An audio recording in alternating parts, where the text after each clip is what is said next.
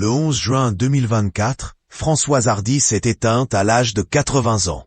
Une annonce faite par son fils qui a suscité beaucoup de tristesse auprès de ses fans, mais aussi de tous ceux qui l'ont côtoyée.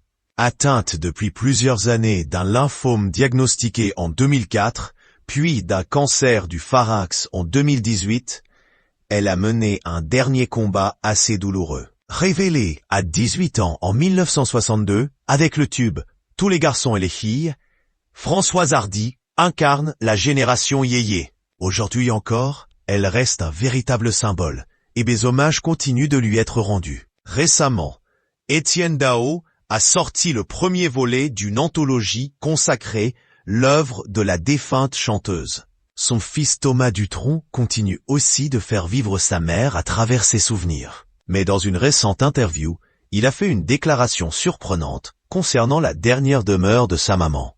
Les obsèques de Françoise Hardy se sont déroulées 9 jours après sa mort, au cimetière du Père-Lachaise à Paris. Pourtant, c'est en Corse que se trouvera sa dernière demeure. Pourtant, 1 an après sa disparition, ses fans et ses proches n'ont toujours aucun endroit où se recueillir. En effet, si la chanteuse s'est fait incinérer, ses cendres n'ont toujours pas trouvé refuge. Dans une interview accordée au Figaro le 11 juin, son fils a expliqué qu'elle n'avait pas encore de tombe. « C'est mon père qui s'en occupe, donc il ne se passe rien.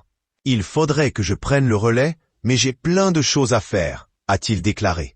Si la sépulture n'est pas encore prête, il a écrit à la Tribune du dimanche que les démarches avancent. D'ailleurs, ce 11 juin, pile le jour de l'anniversaire de sa disparition, nous avons eu un rendez-vous avec un architecte pour réfléchir à une sépulture. D'autres détails, comme celui de l'emplacement de la tombe, restent encore à régler. Maman reposera à Monticello, soit au cimetière, soit dans sa propriété face à la mer.